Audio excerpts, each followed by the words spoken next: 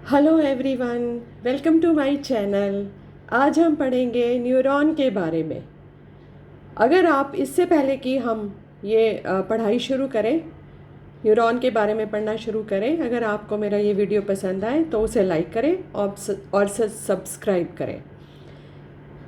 Let us start studying and knowing about neuron. तो सबसे पहला जो क्वेश्चन न्यूरॉन के बारे में हमारे दिमाग में आता है कि व्हाट इज़ न्यूरॉन।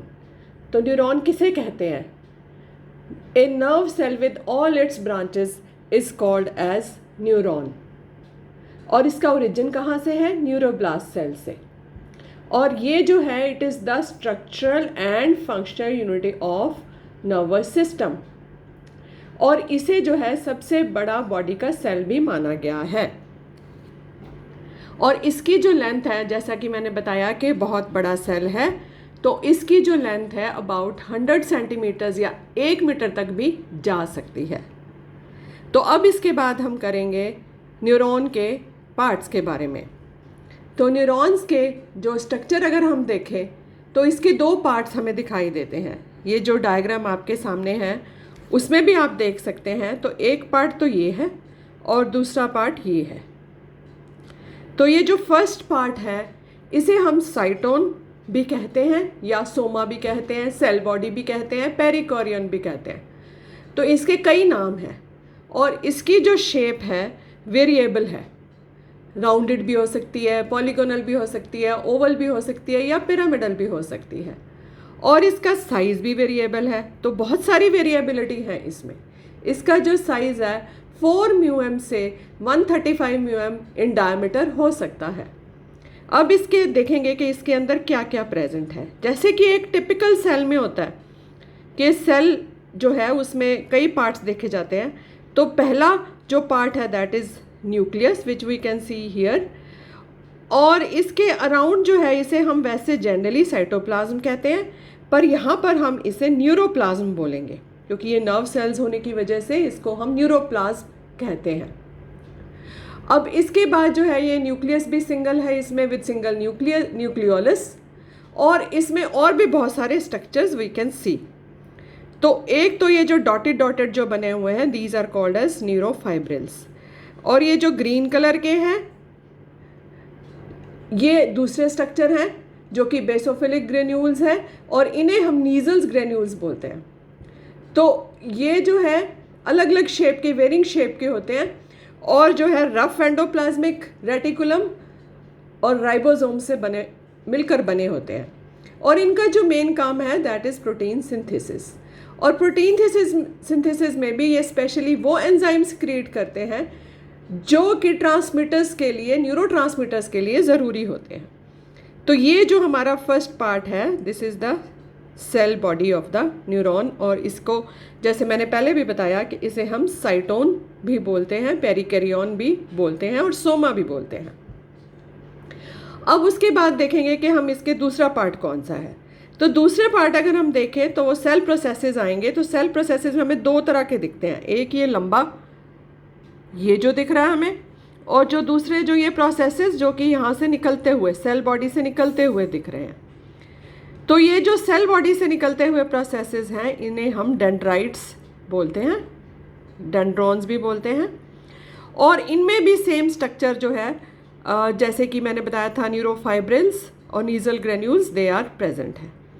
इसके अंदर हम बाकी ये जो सेल बॉडी का पहले बताया था इसमें बाकी ऑर्गेनेल्स जैसे माइटोकॉन्ड्रिया भी बहुत अमाउंट में प्रेजेंट होते हैं जो कि एनर्जी प्रोवाइड करते हैं। अब ये जो सेल हैं डेंड्रॉन्स या डेंड्राइट्स, ये these are afferent in nature. Afferent का क्या मतलब है कि ये जो है जो भी नर्व इम्पल्स आती है ये रिसीव करते हैं अपनी तरफ। ये कोई भी मैसेज जो है वो रिसीव करते हैं। ये मैसेज जो है भेजने में सक्षम नहीं, रिसीव करेंगे और ये रिसीव करके देन सेल बॉडी की ओर भेजेंगे। अब उसके बाद जो ये तो हुआ डेंड्रॉन्स जो कि एक तरह के सेल प्रोसेसेस हैं। जैसे कि मैंने बताया था कि सेल प्रोसेसेस में दो तरह के रहेंगे। एक तो डेंड्राइट्स रहेंगे जिसके बारे में मैं अभी आपसे जिक्र कर रही थी। अब नेक्स्ट पार्ट जो है दैट इज़ द एक्सोन। ये जो लंबा दिखाई दे रहा है आपको एक्सिस पूरा, इसे हम एक्सोन बोलते हैं। अब एक्सॉन जो है this is a single long cylindrical process, एक पूरा लंबा प्रोसेस होता है। और एक्सॉन को हम इफरेंट बोलते हैं क्योंकि ये nerve impulses, it conducts nerve impulses away from the साइटोन, और ये लार्जेस्ट जो नर्व प्रोसेस होता है न्यूरॉन का, और इसकी जो लेंथ है ये 1 मीटर से ज़्यादा भी जा सकती है।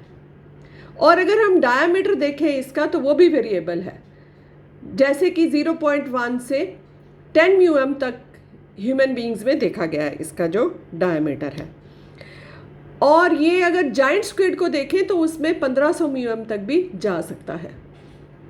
मगर इसमें एक बात नोट करने वाली है कि जैसे मैंने बताया था कि न्यूरोफाइब्रिल और नीजल ग्रेन्यूल्स जो कि यहाँ प्रेजेंट थे वो इस पार्ट में एब्सेंट रहते हैं, तो इसमें सिर्फ नर्व फाइबर्स रहेंगे, और न्यूरो जो इसमें नीजल्स ग्रेन्यूल्स हैं they will not be present, वो एब्सेंट रहेंगे इसमें। और ये सेंट्रल एक्सिस बनाता है, एक्सॉन जो है नर्व सेल का सेंट्रल एक्सिस बनाता है। अब नीचे वाले पार्ट पे आए अगर इसके, तो we can see these branches, these are called as terminal arborization. तो ये टर्मिनल आर्बोराइजेशन बोलते हैं इन्हें। और जैसे आप देख सकते हो कि नीचे नॉब लाइक एंडिंग्स हैं इसमें, और ये जो नॉब लाइक एंडिंग्स हैं इनमें न्यूरोट्रांसमीटर रहता है, क्योंकि ये जो है जो भी मैसेज आता है वो यहाँ से चलेगा, सेल बॉडी पे आएगा, इधर आएगा एक्सॉन, और फिर ये यहाँ जाकर यहाँ पहुँचेगा। और ये जो है न्यूरोट्रांसमीटर इसमें एसिटाइल कोलिन है जो कि मेन केमिकल है जो हेल्प करता है आगे मैसेज को भेजने में। ये जो टर्मिनल आर्बोराइजेशन है ये दूसरे न्यूरॉन के डेंड्राइट के साथ इंटरैक्ट करती है and it forms the synapse, मगर उनके बीच में थोड़ा सा गैप रहता है 200 एंगस्ट्रॉम का। तो जब ये हमेशा जो है दिस टर्मिनल आर्बोराइजेशन ये किसी ना किसी नेक्स्ट न्यूरॉन के साथ एक साइनैप्स बनाता है किसी ना किसी, और कई बार तो बहुत सारे साइनैप्सिस हमने देखे हैं एक ही न्यूरॉन को बनाते हुए। अबाउट 1300 के करीब भी नोट किए गए हैं साइनैप्स जो कि एक नर्व सेल बना सकता है। तो ये हुआ एक्सॉन के बारे में। अब अगर एक्सॉन के बारे में ये तो हम देख रहे हैं कि अभी तो हमने ये मेन सेंट्रल एक्सिस की बात की है जो कि एक्सॉन जिसे कि हम कह रहे हैं। अब इसके अराउंड आपको और भी स्ट्रक्चर दिख रहे हैं। तो जब एक axon when it is surrounded by 1 or 2 sheaths it is called as a nerve fibre, तो इसे हम नर्व फाइबर कहते हैं।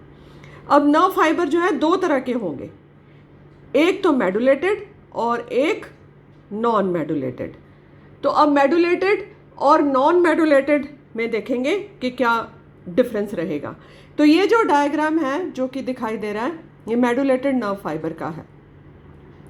किस तरह से हम कह सकते हैं, क्योंकि it is surrounded by this sheath. ये जो शीथ है इसे हम माइलिन शीथ बोलते हैं जो कि इसको सराउंड कर रही है सेंट्रल एक्सिस को। तो इस वजह से जो न्यूरॉन है ये मेडुलेटेड नर्व फाइबर वाला है।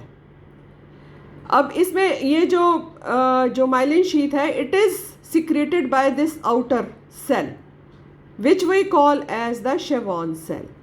So this is the Schwann cell which is surrounding it with a nucleus. और यही Schwann cell है जो कि ये मेडुलेटेड शीथ को सिक्रीट करता है। अब क्या एडवांटेज है इसका? It prevents loss of energy, that is the main advantage of having this medullary sheath around the near axis. अब इसमें अगर देखें, अगर पार्ट्स देखते तो एक्सॉन जो है this is the main one surrounded by the axolemma. एक ये हमें मेम्ब्रेन दिखाई दे रही है जिसे कि हम एक्सोलेमा कहते हैं। अब एक्सोलेमा के अराउंड ही we can see this sheath of complete sheath of Schwann cells. This is called as the neurolemma. So now we have 2 membranes. One is exolemma which is here and the other is this one which is the neurolemma. Neurolemma जो है वो parallel sales शेवान cell के join करने से बनती है। अब इसके अंदर जो साइटोप्लाज्म प्रेजेंट है इसे हम एक्सोप्लाज्म कहते हैं। अब ये जो है यहाँ पर जाकर इसमें जो मेडुलरी शीथ है ये दिखाई नहीं दे रही है, तो हमने यहाँ तक बनाई है ये। इस जो ये वाला जो पार्ट है यहाँ पर medullary sheath where it is absent, it is called as node of Ranvier. और जो ये पूरा पार्ट है इसे हम इंटरनोड कहेंगे। So this is the node of Ranvier और ये जो है इंटरनोड है। इंटरनोड वो वाला पार्ट है जिसके अराउंड माइलिनेटेड शीथ प्रेजेंट है। अब अगर हम नॉन मेडुलेटेड नर्व फाइबर की बात करें, जैसे कि मैंने बताया दो तरह से रहेंगे, तो एक मेडुलेटेड और एक नॉन मेडुलेटेड। तो अभी जो हमने बात की that was about the medullated nerve fibre. और अब अगर नॉन मेडुलेटेड नर्व फाइबर की बात करें तो उसमें ये जो शेवान सेल की शीथ तो रहेगी जो कि न्यूरिलेमा जिसे कि हम कहेंगे, अभी हमने कहा कि ये जो पूरी पैरेलल शीथ है सेल्स की इसे हम न्यूरिलेमा कहते हैं, ये तो रहेगी, पर उसमें माइलिन शीथ ये जो अंदर वाली है दैट बिकम्स एब्सेंट। तो क्या बचेगा कि ये एक्सॉन बचेगा और एक्सॉन के अराउंड जो है ये न्यूरिलेमा बचेगी और उसमें जो है कुछ भी नोड्स या इंटरनोड्स नहीं बनेंगे। तो जो नॉन मेडुलेटेड नर्व फाइबर्स हैं उनका एक डिसएडवांटेज रहता है कि उसमें जो नर्व इम्पल्स की कंडक्शन है वो बहुत ही स्लो होती है, और जबकि जो मेडुलेटेड नर्व फाइबर्स हैं उसमें नर्व इम्पल्स की कंडक्शन बहुत फास्ट रहती है। तो जो भी नर्व इम्पल्स आती है वो यहाँ से यहाँ इस तरह से मैसेज भेजती है, तो इट बिकम्स वेरी फास्ट। तो area of depolarization it keeps on shifting from one this place to this place, this place to this place. तो ये था हमारे न्यूरॉन के स्ट्रक्चर के बारे में। आई होप कि आपको सब समझ आ गया।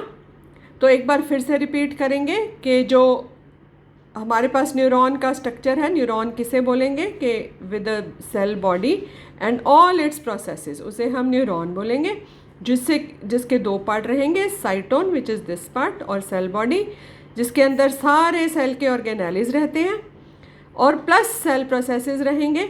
सेल प्रोसेसेस में डेंड्राइट्स और एक्सोन रहेगा। तो डेंड्राइट्स ये वो वाली एंडिंग है जो कि नर्व इम्पल्स या मैसेज को रिसीव करती है। और इस तरह से हम ये भी कह सकते हैं कि न्यूरॉन हैज़ ए पोलैरिटी, क्योंकि मैसेज यहाँ से शुरू होकर इधर की ओर जाएगा, तो यहाँ रिसीव किया जाएगा and will be passed on to this place. तो अब उसके बाद जो है दो तरह के प्रोसेस बताए, डेंड्राइट और एक्सॉन।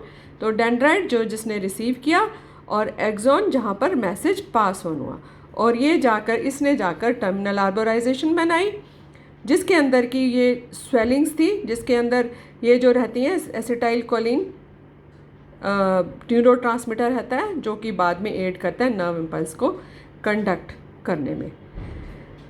तो अगर आपको this was all about the neuron. अगर आपको मेरा ये वीडियो पसंद आया हो तो इसे लाइक करें और सब्सक्राइब करें। Thank you for watching.